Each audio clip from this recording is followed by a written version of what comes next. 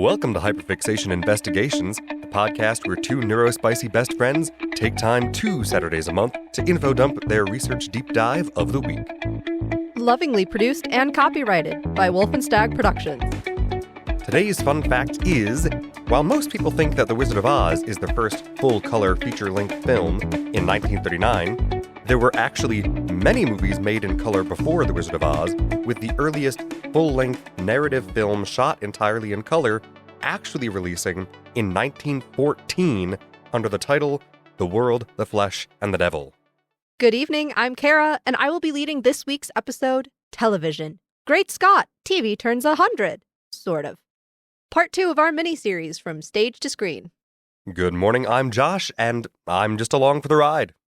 For those of you joining us for the first time, how things work here is Kara will be guiding us through a mini-lecture on the topic, and we will discuss and ask questions throughout the episode.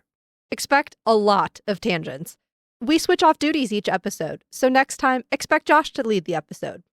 Now to our regularly scheduled program. Kara, what have you been hyperfixating on this week?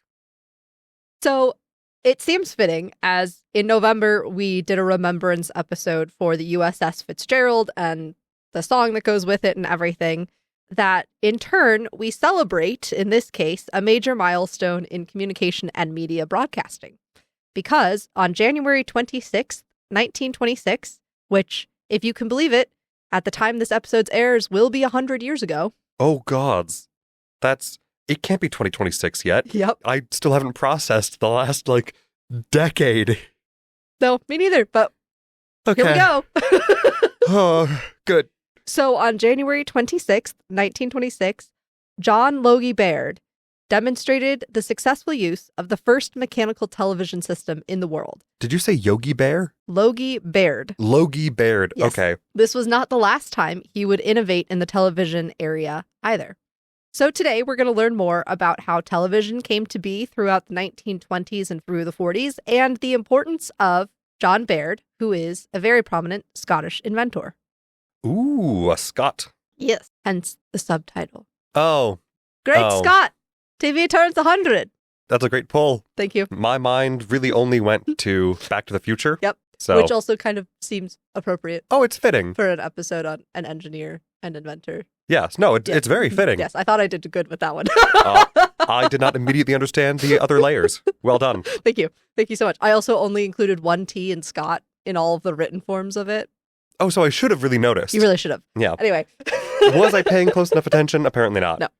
So we're going to have kind of 3 sections today. One is talking about mechanical television, a bit of the engineering that goes into that, just because we kind of need to understand that before we can really talk about how he innovated.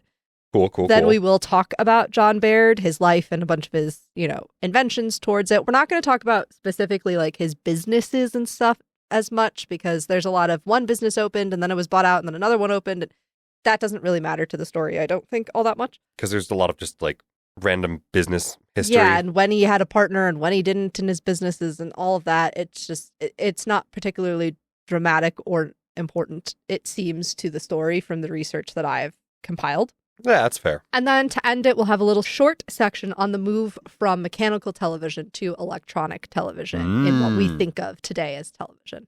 Okay. We kind of don't really often think, I think, about how TV came to be, as it's now pretty ubiquitous to most of us. Yeah, we tend to take things like that for granted. But as was true with cameras, the innovations of television began with mechanical, not electrical or digital inventions. So I have a quote here. The concept of scanning a picture using mechanical means was first proposed by Alexander Bain in 1843. The scanning disc, which became the basis of mechanical TV, was proposed in 1884 by Paul Nipkow. At the time, vacuum tubes and photoelectric cells needed to make a television system simply didn't exist. The first mechanical television systems that produced real television images were developed by John Baird in England and by Charles Francis Jenkins in the US in the mid-20s, 1920s. Okay. A lot of my information today actually comes from the Early Television Museum website. Oh. For anybody who's interested, it's just outside of Columbus, Ohio. And they have a whole collection of early TVs from different countries and different eras, mechanical, electric, They can play things on a lot of them, and they talk about on their website how Ooh. they do that. So they just seem like a really cool, like one of those little niche museums. And they've had a lot of great information for this episode. So I felt it prudent to shout them out for this. Yeah, great. And Columbus, Ohio feels simultaneously like a weird spot, but also exactly where I would expect. Yeah. Yeah. So one of the most important aspects of mechanical TVs was what is now known as the Nipkow disc, the scanning disc I just mentioned. The Nipkow disc? Yeah. So I fully admit to having to Google Nipkow disc explained simply. The subreddit r/explain like in 5. I found a kid's encyclopedia explanation. Yes. I think if I saw one working in person, and I didn't look up YouTube videos because YouTube videos are unhelpful for my research process for this kind of stuff. Sure. And a lot of them are difficult to cite. Yeah. So I didn't look up any videos or anything. I did look up a few diagrams. But yeah, I think maybe if I like saw one work in person or did manage to find a good YouTube video of it, it would make more sense to me than needing to Google a simple explanation. Yeah, that's fair. Like, I think even Wikipedia's entry is maybe written by an engineer or scientist because it's very, you should already know things. You need to have background information to understand how they're explaining it. So Nipkow discs, again, they're also called scanning discs, were invented by Paul Gottlieb Nipkow in Berlin in 1884. Okay, it's a guy's name. That makes sense. Yes. I was trying to figure out or guess ahead of time what Nipkow could be referring to. But if it's just a guy's name, It's just a guy's name. That happens all the time. Yeah. So the disc is a spinning wheel with holes that could see and show pictures. So for any of my film and photography nerds out there, this technology was not the same technology that was used to create something like A Horse in Motion, which was kind of like the first film, quote unquote, in motion. That specific process was chronophotography, which is kind of like a photography's version of a flip book. Sure. So sure. Television technology for getting a moving picture on television, and essentially the parenthood of modern film camera are actually two different innovation groupings. Oh, okay. And two different historical backgrounds, and film very much came from like silver cameras and all that kind of stuff. And hence silver screen. Correct. And television came from this idea of the scanning discs and stuff like that, which is entirely different innovation. So they don't create a similar look, but intellectually you might think they'd look similar based on, oh, there's a spinning disc with holes and it kind of scans and creates this image as it moves, which seems similar to how A Horse in Motion was created with the flipbook effect of photography. Yeah. But they're not. Oh, so okay. That's my little throw in there for the film and cinema nerds. Gotcha. Because that is where my brain went. And then the further I delved, the more I went, oh no, this is nothing at all like that. Which is cool, but also frustrating to not be able to pull on that prior knowledge. Mm-hmm.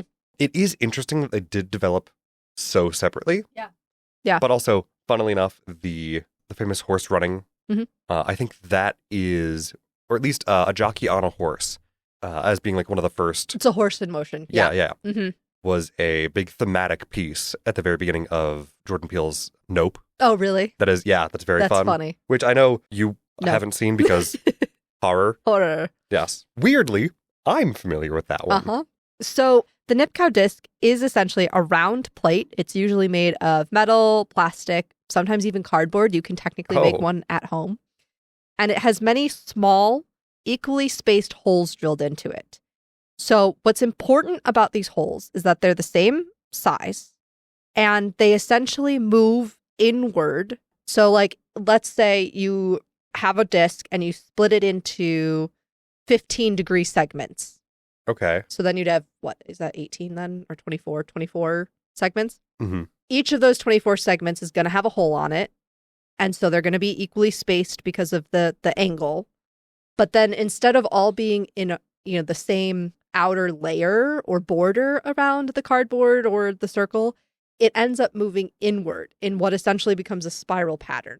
So you're going to have one that's essentially very close to the edge of the disc. And then by the time you're done putting in all those 24 holes, there's going to be one very close to the center of the disc. Okay. And they move in those segments that you've created with the angles. We will, of course, have diagrams of this up on the website. It's a little easier to understand with a visual, but... That's very helpful. Yes, that is kind of the basic idea of what they are. So when the disc spins, the holes trace a circular path.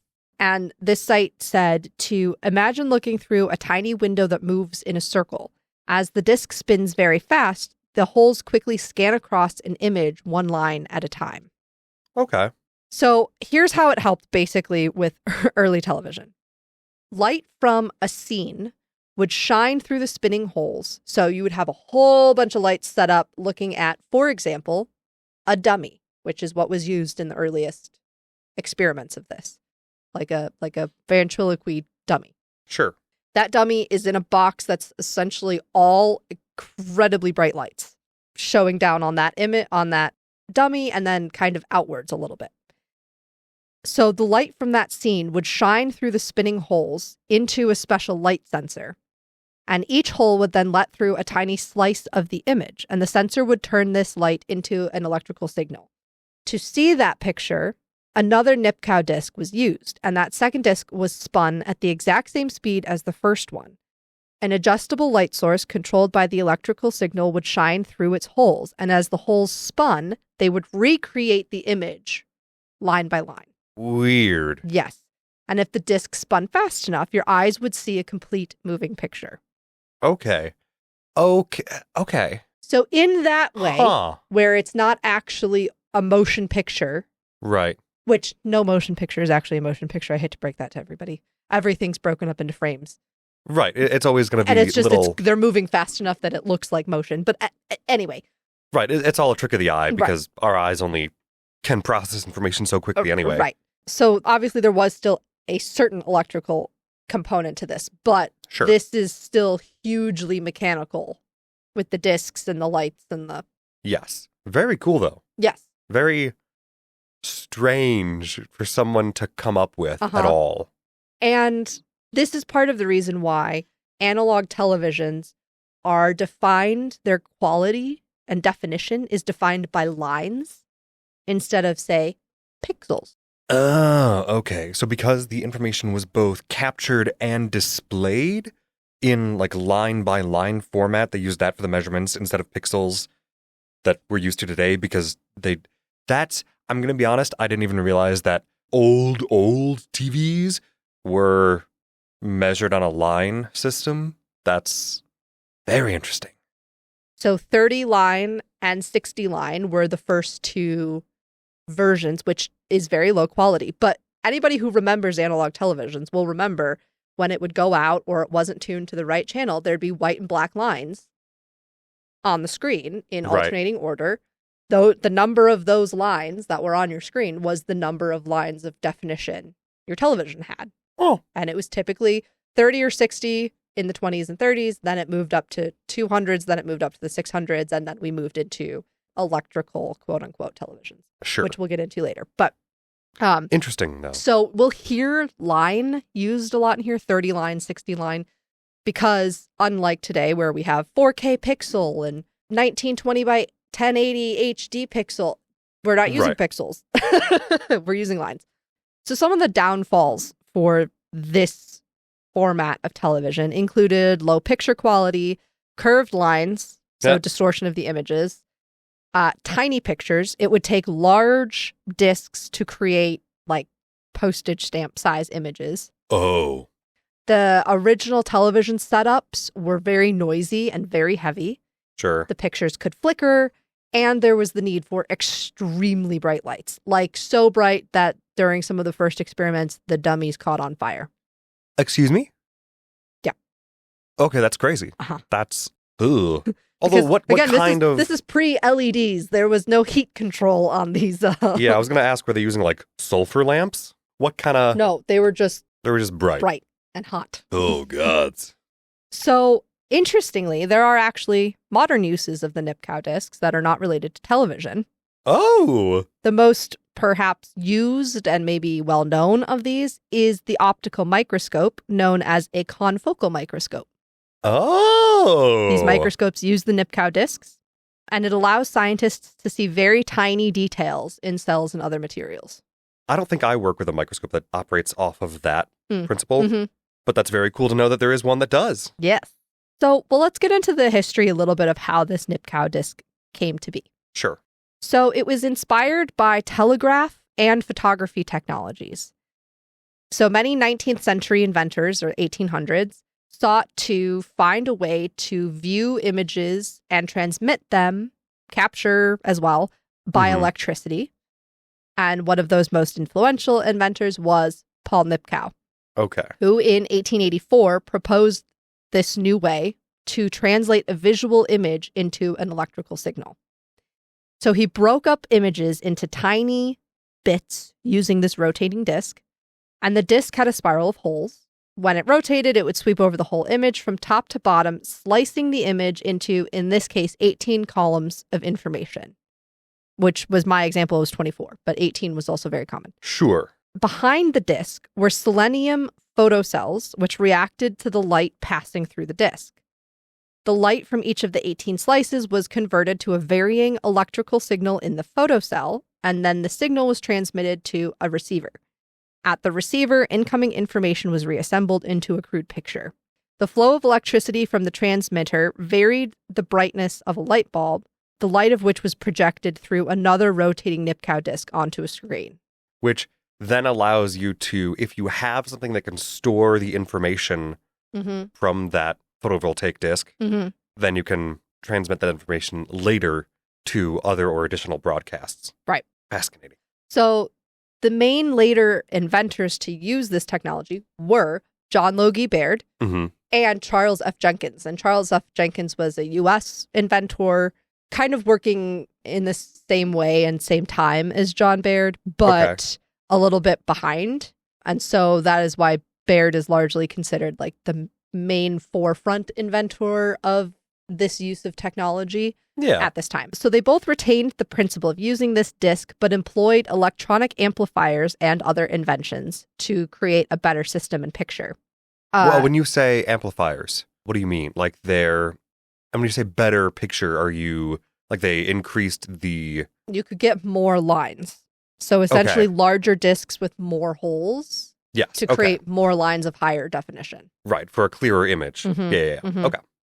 I'm not sure what else with the amplifiers, but there wasn't a lot of specifics on those in this process. But that's fair. There was a lot of other moving parts that were also being added to at the same time. So with electronic television, or all electronic television, in like the 30s and 40s, the disc disappeared, but the concept of chopping up an image into single picture elements and transmitting them in succession is retained even in modern television, film cameras, videotape, digital imaging systems, CCTV, etc., etc. You actually see a fair amount of like Nipkow disc-esque mechanics still used in CCTV, which is why you get a lot of those breaks of lines on older CCTV systems, because they're still using analog technology. Right. It's just applied slightly differently. So one of the things that I think is really cool to mention about these Nipkow discs, they were invented between 1884 and 1888. There are two different dates given. I think one is when it was kind of created in lab, and one might be when it was patented. Oh, okay. I'm unsure. Which is always a difficult date to really go by. Yeah. So Nipkow, essentially, the date that most places go by is 1888, which makes me think that's the formalized date of it. So Nipkow would have been, I believe, about 28 when he formally patented this. Dang. Yes.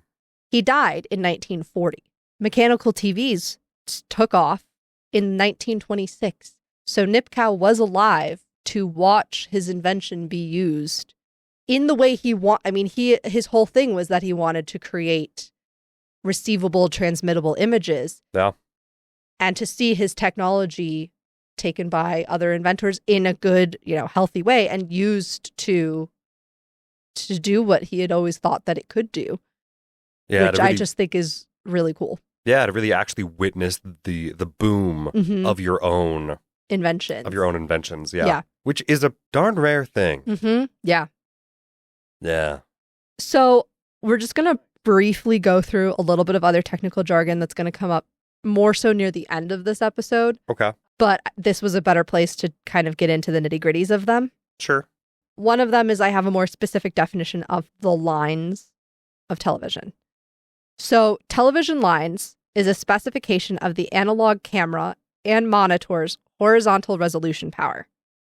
There is a standard resolution test chart, which typically has 30, 60, and then tends to go up in like 30 increments until Sure. about 600, especially at this time. The value of the TV lines is defined as the maximum number of alternating white and black vertical lines that can be successfully resolved by convention in an area of the screen equal to the picture height. So that's a lot of jargon to just say those lines on your television were actually the definition of the ability for it to be more high quality of an image. That's kind of hilariously overcomplicating. Yeah. And it's funny because we do get into this in film school because obviously stuff's transmitted on television screens and Yeah. it's still important to understand what analog does. You know, I wish I still had the definitions from my film school teachers on it because I think they were a lot easier to understand. Oh. But essentially, that is what we're talking about when we're talking about lines. Some other technical jargon, we have stereoscopy. Oh, yes, okay. So in a nutshell, stereoscopy is the illusion of depth where you create a single 3D image from two flat images that are viewed by each eye separately. Yeah. So if you had those like red viewfinders that we had as kids where you could put the little cards in them and turn them around and see different places or animals or whatever, those use stereoscopy to create the 3D depth that we see in them. And so... A wonderful little optical illusion. Yes. And obviously stereoscopy is used today in like 3D film and stuff like that. And we'll get into a little bit more of the history of it near the end of this episode, but that's what stereoscopy is. So then the other thing is the iconoscope. This was an early electric camera tube used to scan an image for the transmission of television. No other television scanning device prior to this that was actually used in any kind of regular basis was completely electronic. So the way an iconoscope works is it lived within a glass housing, and it contained photosensitive plate or mosaic, which divided an image to be televised into tiny sections called pixels. So this is when we start getting the square pixels. Okay, and this was when again? We'll get into it. Okay. We'll get into Gotcha. I'm just doing basic definitions, so when we do talk about it in the history, I don't have to explain what it all is. Okay, fair. An electronic gun, also placed in the housing, projected a scanning beam of electrons toward the plate. Yes. Deflecting coils directed the electron beam, which charged the plate's particles into pixels. The charge of individual pixels was proportional to the brightness of the light initially focused on them, so that the electrical signal produced derived from the original image. From the output of the camera tube, the signal traveled to an amplifier before being transmitted to a receiver, a television, that you could watch something from. Right. So those are kind of the... Very cool. Yes, the technical, kind of key technical things that we need to understand just as we go into... At least enough to know vaguely what we're talking about. Yeah. Fair enough. And this is actually where I have us taking our break. Oh, alrighty. Yes. Time for our commercial break. Not really. We don't have sponsors. For those of you who appreciate social media updates and episode reminders, please follow us on YouTube at Hyperfixation Investigations Podcast or Blue Sky at HI-Podcast. So go check us out on those platforms and follow along. And please leave a comment or a review on YouTube, Spotify, Apple Podcasts, or even on our website. We love to hear from you, and it helps us a lot. Now back to our regularly scheduled podcast. Please note, I am curtailing my puns and cliche jokes this episode. You're welcome. Very kind of you. All right. So now we're going to get a little bit more specifically into John Logie Baird's life and his multiple layers of television invention, because it's not just the first thing. There's a lot of things. Okay. So he was born August 13th, 1888, which was the same year the Nipkow disc invention was formalized, which I think is a great... That's a nice little coincidence. Serendipitous little thing. Yeah. And he was born in Helensburgh, Dunbarton, Scotland, which is near Glasgow, Mm-hmm. and died June 14th, 1946 at the age of 58 in Bexhill-on-Sea, Sussex, England. And it is noted multiple times and through multiple sources that Baird was chronically ill, unspecified, for most of his life. Mm. And is probably why he died young. It's why he moved to England at one point and didn't live in a big city for a while. But we don't know specifically what it was. Sure. His education included Larchfield Academy, Glasgow and West of Scotland Technical College, the Royal Technical College, and Glasgow University, with his degree paths following essentially electrical engineering. In 1916, he failed the medical tests for military service for World War I and went to work for Clyde Valley Electrical Power Company, which was working in ammunitions at the time. There are disputed rumors that he helped invent radar. Oh, okay. That he created something that was a precursor to radar and tried to patent it and then was in talks with the government during this time period. But that comes from his son, and there's other things that are disputed. And some people say it was like a noctovision, not really radar, because it didn't give distance. So there's dispute about whether or not he was really involved in like classified innovation for the British military, or if he just created something that was somewhat useful, or if he didn't create anything at all. We don't really know for certain. Sure. Because none of that's been unclassified if it was. Which is interesting because it's been long enough, you would think. Something like that could potentially be fine, potentially, too. I still want to know why my grandfather's Korea military records are classified. So, there's who knows? That's always fun. Who knows? You would think we're past the time for any of that to be important still, but... I say fun with plenty of trepidation. So that's kind of the basic overview. He had invented other things before he started with television. There was multi-layer socks because his feet were always cold that actually ended up doing well. But then there was other inventions that didn't really work out well. Like he wanted to make a glass razor blade that would never dull, but then it shattered. Things like that. So hang on. He was an inventor before the television stuff, and it just didn't work out great. Sure. Though the socks and apparently some other soap invention gave him enough capital to start working on the mechanical TV stuff. Cool. Yeah. I mean, all right, the glass razor blade, that's very Mistborn of him. Yes. Yeah. But I'm kind of stuck on the socks. What do you mean multi-layer socks? Yeah. Well, apparently nobody was making, or at least nobody was mass producing wool socks that then had cotton linings, because the cotton linings would keep them warmer and wick away moisture. And apparently they were popular enough. I don't know if they were like a patented invention or if it was he figured out the best way to line something like that. I don't know. Weird. I didn't dive into the socks. Sure. No, that's fair. That's kind of my own weird curiosity there. Yeah. That is strange. Good for him, though, for making socks and soap, you said? Well enough to have some scratch. Yeah. To work on television inventions. Yeah. So this next little section comes from the BBC themselves. And they have a big project that is the story of BBC television, big research project. And there's a lot of different papers and articles related to it. So this comes from their paper on him. That's part of this project. So he was dogged by ill health and constantly short of funds, often working alone. And he would often also improvise his apparatuses from scrap materials. Oh, yeah, that's fair.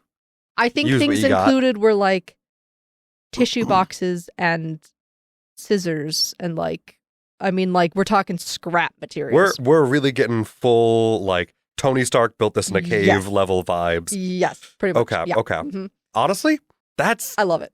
That's impressive as hell. It's also very Scotsman of him, I think. Yeah. Again, work with what you got. Yes.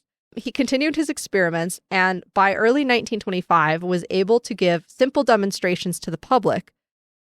Interestingly, to me, the first place he did this was Selfridge's department store in Oxford Street, London. What? Yeah. He would treat shoppers to a recognizable, if blurred, image of simple forms such as letters printed in white on a black card. So, hang on. What? It was essentially a shadowgraph. The first systems that he was using only had 5 scanning lines, and so it displayed a silhouette outline image. Okay. Mm-hmm.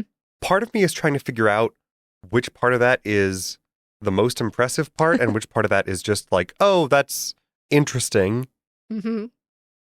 But I'm also a little confused as to why you said a department store? Selfridges. Yeah. Yeah, Selfridges department store. Like our Macy's when it was in New York and originally Macy's, the original Macy's. Right, like Yeah. Macy's in like the 50s. Yeah. Yeah. How did he get them to let him do this weird, and what was the demonstration, like what, was he getting like funding or looking for donors or buyer investors? Here's this cool thing I'm working on. What was he advertising? I think he was just showing it off. Just showing off? There was no, again, maybe he was collecting funds. The date that we come to in 1926, he is, well, we're about to get to it, so I'll just wait for that. But Okay. yes, so these original ones in the Selfridges were shadowgraphs. Very simple, silhouetted outlines, but they were using this disc technology to transmit these images. Right. And this, sorry, correct me if I'm off base here. This was not yet a major innovation on the Nipkow discs. It was just or was it just a slight It was enough variation? of an innovation to be marked. Okay. You know? He was slightly varying them in some way? Yeah. Okay. According to Baird himself, what was needed for true television was a system that would create shades of gray and had enough detail in the picture to produce a recognizable image. Oh, gotcha. So in his own words, this was not television yet. Right. It was true black and white, no shadow, Right. no Just gradients. silhouette. Yeah. Right. So his big breakthrough came on October 2nd, 1925, when he produced a recognizable image complete with shades of gray. On the 26th of January the following year, 1926, he gave the world's first public demonstration of television to about 40 members of the Royal Institute and a Times reporter. Oh, all right. An extremely prolific inventor, by the end of 1928, Baird had gone on to claim a number of other firsts. He developed a system of color television in 1928, which later would form the basis of the technique used by NASA to bring live color TV pictures from the moon. He continued to be fascinated by color television, and in the 30s and 40s demonstrated color pictures that were of outstanding quality. He demonstrated stereoscopic, or 3D television, in August of 1928. That's It did absurd. not become used at all in mainstream technology until the 2000s. But it had existed since 1928. Hey, way to go, man. He found his niche. Yeah, he essentially created a high-quality version of 3D decades before modern companies began to produce it. His demonstration of infrared television, which is the basis of many modern CCTV security systems, caused a huge stir in the scientific and military worlds. Yeah, that's fair. Yep. Some 34 years before the U.S. claimed success with the first, quote-unquote, transatlantic television pictures, Baird succeeded in transmitting live television pictures from London to New York. Oh. And foreseeing the need to be able to record television programs, he developed phonovision, a system of recording television onto discs. He was unable to successfully replay these recordings in 1928, but they have been restored recently, and the world's first video recordings can now be seen. So he actually recorded things Correctly. that were not able to be viewed until more modern technology came about. That is damn impressive, but also hilariously similar to the tin can being invented 30 years before the can opener? Yeah. Again, dang, way to go, man. So at this January 26th, 1926 demonstration, he called So we're back to the department store. No, we're back to the Royal Institute. Oh. Shades of gray. Gotcha. Recognizable the shades of gray. image. Yes. Which is really considered the first public demonstration of television, this January 26, 1926 date. Yeah, that makes sense. He showed a pictorial transmission machine that he called a televisor.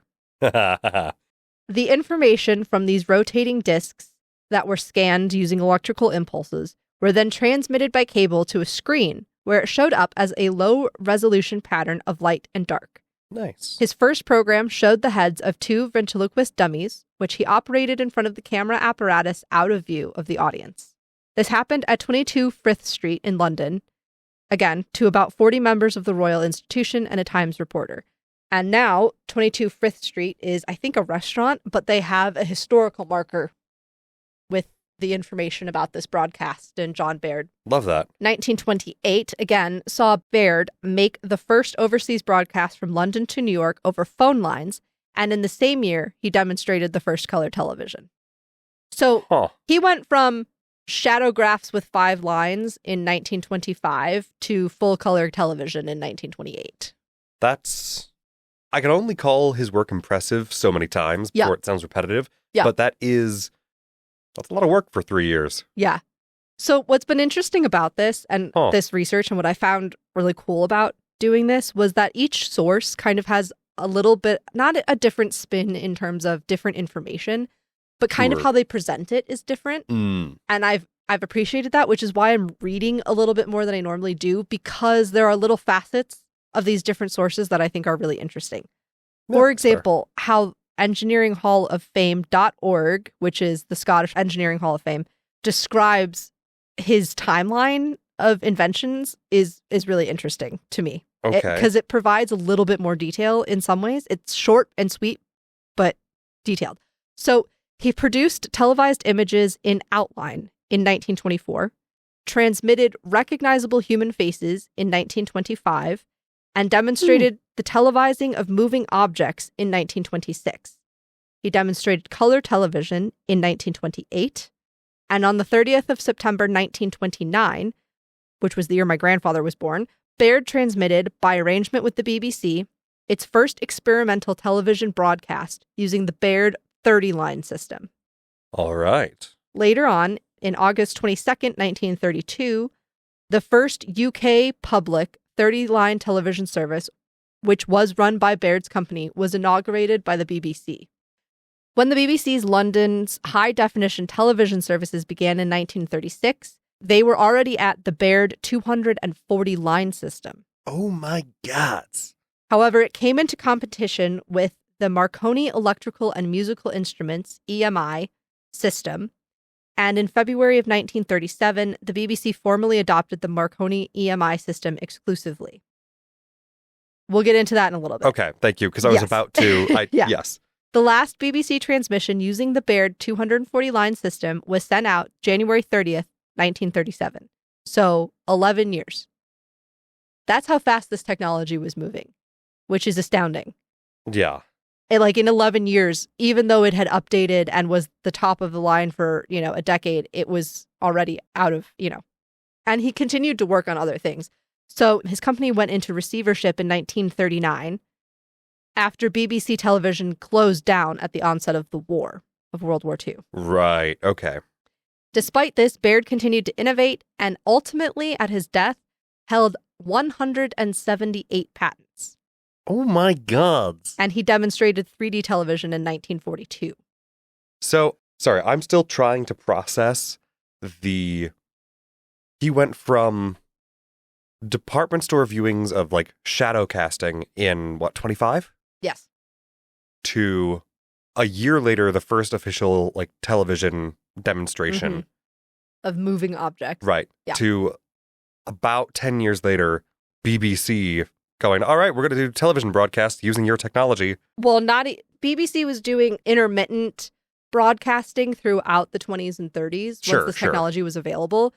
It's that in the mid-30s, they decided they wanted to do regular programming. I gotcha. And at that same time, he started to have competition from EMI. Right. And so for a year, they ran alternating weeks with those programs to test the quality and how everything was received and whatever. And at the end of that year, decided to go fully with his competitor's program. That's rough, buddy. But continued to go on innovating and being a leader in his field. So yeah, and color TV only a few years later. Yeah. And then 3D in the early 40s. God. Yeah, stereoscopes in the late 20s. Yep. And then into full 3D television in the early 40s. Dang. Yeah. So we're going back a little bit in time now, because again, every source kind of has a different, I go by source instead of by collating it all together. But 1927, so in the midst of all of this, he did the first long distance sending and receiving of television transmission by wire from London to the Central Hotel of Glasgow. Okay. And then in 1928, the first transatlantic reception of television transmitted by radio from London to New York. Okay. By the age of 41 in 1930, he had 88 patents and essentially gained another 90 in the 15 years before his death that would follow. God.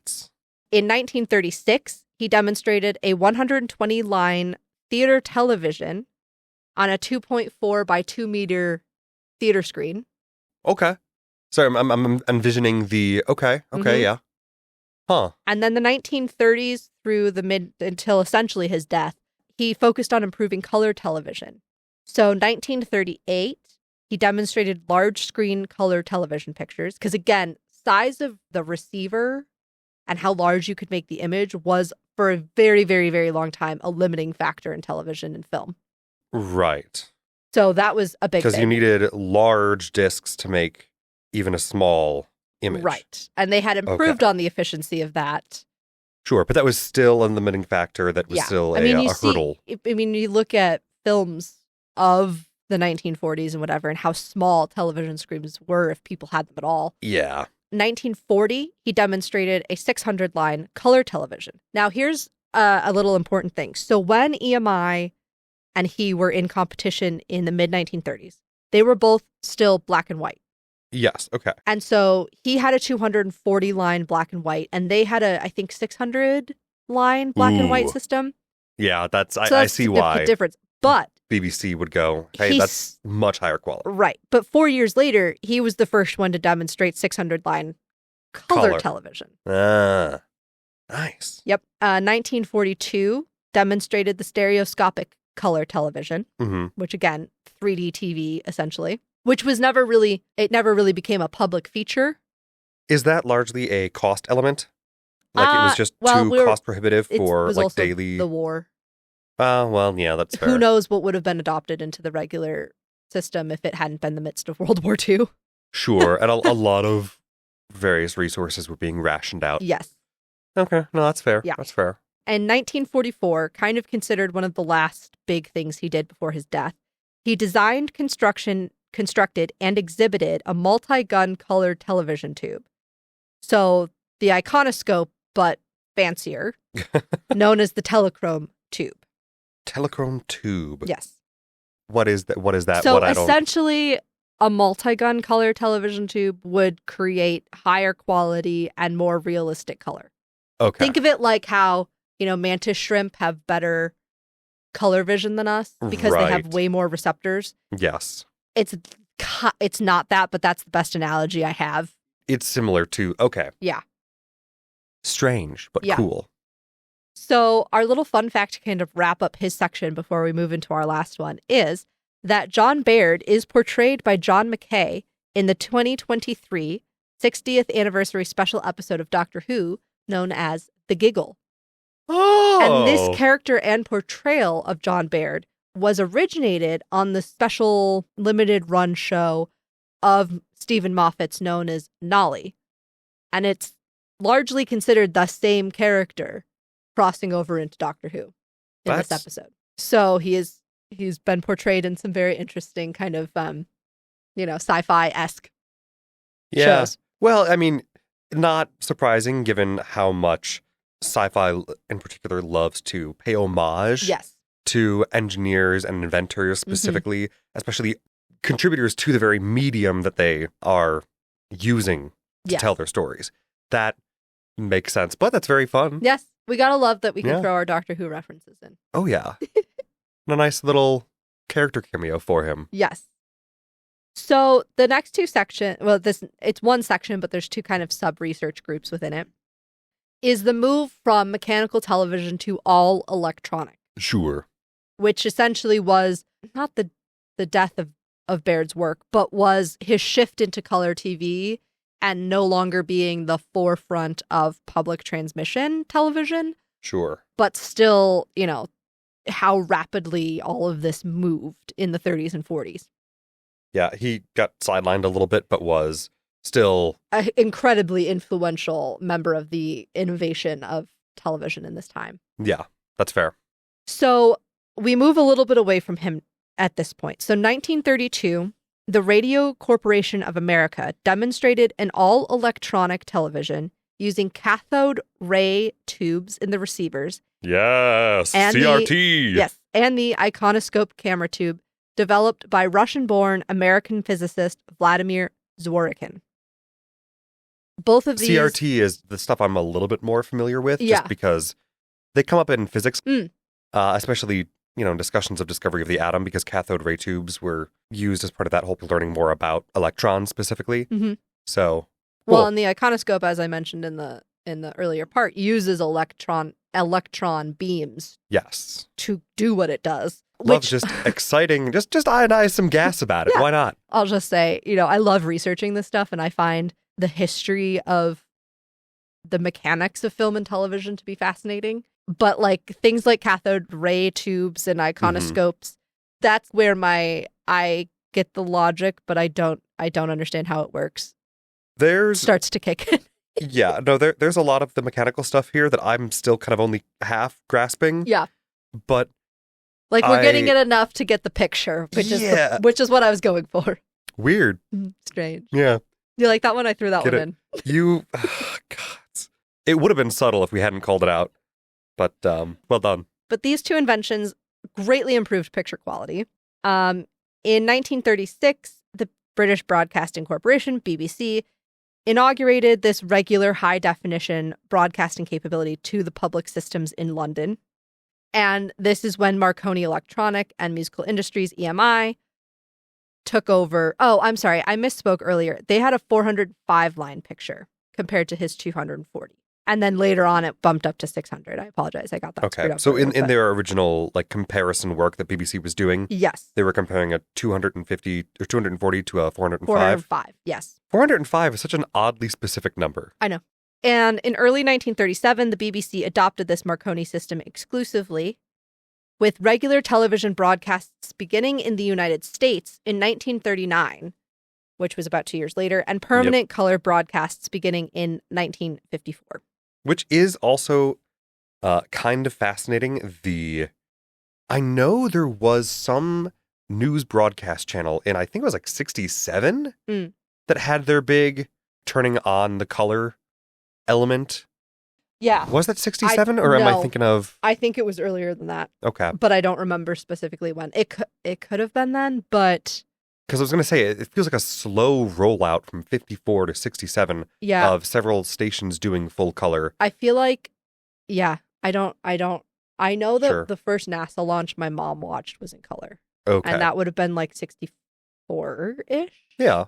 But NASA was already using color technology at that, so I'm not really sure. And I may just have those dates mixed up in my mind. Yeah. But I remember at least, regardless of the date, I remember knowing of... If you ever look up turning on the color for TV, there are they did some really fun skits and button presses and all that different kind of stuff. Yeah. No, because I know there was some news broadcast that basically just started in black and white and went, hey guys, watch this. Yeah. Hey everybody, this is Josh from the editing room. I just checked in on this, and for some reason, apparently, the news station I was thinking of was specifically the Iowa news station WMT-TV, which appears to be a more or less local station, which is why it would have taken them 14 years from 53 to 67 to switch over to color. I don't know why they're the one I was thinking of, but they did switch over to color in 1967, which makes sense that the smaller stations would have waited longer because the larger stations would have switched to color first. And then as color TV became more popular among viewers, then the smaller stations eventually caught up. Why that was the one that came to mind for me first, who knows? Back to the episode. Okay, so though there is somewhat slim documentary evidence, Vladimir Zworykin, while working for Westinghouse, which was funded by RCA, probably demonstrated a crude line image on his iconoscope camera tube in 1924 and the image of a cross in 1925, but it was very crude. So that's part of why it took another decade, really, for it to kick off. Philo Farnsworth, a young man with no electronics background, produced images on his image dissector camera tube in 1927. There is a lot of disagreement about who was first. Of course. Of course. The image dissector ended up requiring too much light to be practical for television, while the iconoscope produced acceptable pictures with a reasonable amount of light. Scheduled electronic television broadcasting began in England in 1936, and for several years the BBC had been broadcasting in this 30 line using the Baird system. They assembled a committee in 1935 to recommend what path they should take as new technologies were introduced. The committee recommended the BBC sponsor a trial broadcast by two systems. One was Baird's 240 line, and one was EMI's 405. Right. For 3 months, the systems were alternated on a weekly basis. And then in 1937, it became official that they would use EMI. Sure. EMI used an ematron, which was similar to the iconoscope cameras for all of their programming. And after a short time, it was obvious that this all-electronic EMI system was vastly superior to the Baird system. Sure. The BBC then began to regularly schedule programs using the 405 line all-electronic EMI system. Most of this programming was done from studios in Alexandra Palace, though the BBC did experiment with remote programming as well. When you say remote programming? I believe that's like pre-recorded in a studio someplace else and then brought someplace to be transmitted. Okay. Because like now, BBC's main Doctor Who often films in Scotland instead of Alexandra Palace. Yes. But a lot of their broadcasting, I think, still comes from Alexandra Palace, though I could be wrong on that. Okay. That makes sense. Yeah. I wasn't 100% sure if that's where that was going. Yeah. Okay. In the U.S., David Sarnoff, the president of the RCA company, realized the potential of television and poured a huge amount of its research development money, even during the lean years of the Depression, into television research. Okay. RCA introduced all-electronic television to the U.S. at the 1939 World's Fair and also began regularly scheduling broadcasting at the same time. CBS and Don Lee also began regularly scheduled programs. It's interesting because we don't think about RCA at all now. No. RCA but they were a huge U.S., a lot of what I focused on in this episode is UK because Baird was Scottish and a lot of this innovation was coming out of England. But the U.S. was taking it and running with it as it came out. Oh, yeah. And RCA was a huge part of that. And it's funny because they are now mostly like a footnote of history. Right. For most of our modern consideration. Yes. They started trying to sell TVs in New York, RCA did. And though the television audience grew in 1939, it was still very small, with only about 2,000 sets in use by April of 1940. And obviously, we have World War II going on at this point now, too. Yep. So, again, you Yep. can never really know how it would have kicked off in the 1940s if we had not been out in international war. Yes. So that's always a caveat to what's going on in these times. Yeah, but you said 2,000 televisions nationwide? Yes, In- for RCA. Yeah. For RCA, yes. Yeah. In 1940? Mm-hmm. Yeah, that's a pretty quick ramp up then Yeah. after that. Around this time as well, France began broadcasting from the PTT building in Paris in 1935, and then from the Eiffel Tower in 1936 using a 180-line Nipkow disc camera and electronic receivers. Huh. Later on, they had 4 55-line pictures, and in 1942, after the German occupation of France, Germany operated the station in Paris using their 441-line standard. So the quality went down. 441 line? Yep. Germany was also active in the development of all-electronic TV before the war. Probably the most advanced early electronic receiver, the E1 Volksfernseher, was made in Germany in 1939. There was also some early electronic broadcasting happening in Italy. Sure. Other international aspects of this is that Russia may have also produced TV sets before the war. TV stations were shown on the air in Leningrad with 240 lines and Moscow 343 lines in the late 30s. According to a Russian website, so keep that in mind, Yeah. the 2000 model 17TH1 7-inch direct view and the 6000 model TK1, a 9-inch mirror-in-lid set, were supposedly manufactured in 1938 to 1940. If this is true, more early electronic sets were made in Russia than in the US. However, it is likely that these production numbers are inflated. Yeah, that's fair. In fact, the sets claimed to be Russian-made were imported from RCA in the US in small quantities. and many manufacturers introduced sets before the war. Some, like Zenith, were reluctant to join the race. And, Zenith. Yeah. Oh, that's a name I never hear. Right. And before the war, about 7,000 sets were manufactured in the US and about 19,000 sets manufactured in Britain. Now, we don't know how many of those were sold and or how many were stripped for parts during the war. Again, using whatever resources you have wherever you can spare them. Right. Yeah. So as we had mentioned, World War II essentially completely interrupted the development of it, except for Baird, who was like off in his own lab doing stuff because he had medical exemptions from the war, from World War II as well. Yep. And maybe he was also involved in military technology. We just don't know. So in the US, some broadcasting did continue, but the manufacture and sale of sets themselves stopped. And in England, all broadcasting and TV manufacturing ceased until the end of the war, other than emergency. Not surprising, given World War II. And I think that really kind of sums us up. World War II is kind of the, other than a few of the little things that Baird did in the early and mid 40s. I mean, World War II was really kind of the end of this era of television creation and innovation. And then everything was kind of innovation based on all electronic television and iconoscopes and all of that going forward. The 2000s, late 90s, early 2000s obviously had their own jumps in technology with the internet and everything. But that's pretty much John Baird and mechanical television invention. I'm still kind of wowed by the Nipkow disc, too, as such an odd solution to the problem of, all right, how do we take a picture of this? How do we take enough images of this that we can record this and keep it playing over there at the same time? But also, we're not using a camera to images. Do it. Right, we're not using a camera to, that's... Essentially. And eventually, the technology was incorporated into cameras. Yeah. But the original versions were not cameras. Which is even stranger. Yeah. And that's part of why, I mean, cinema film technology and television film technology are very divergent. Yeah. Especially early on. Yeah. Very cool, though. And at the base, both of those technologies of early history of film and early history of television broadcasting use the idea of images recorded and then sped up fast enough to seem that they are in motion. Right. Which is the basis, as I said earlier, still of all of the technology, really. It's just because frame rates, pixels, and all of that is all still connected to that fundamental idea. And so that fundamental idea exists at the base of both of these. But from there, they took wildly different paths to get to where they are. Right.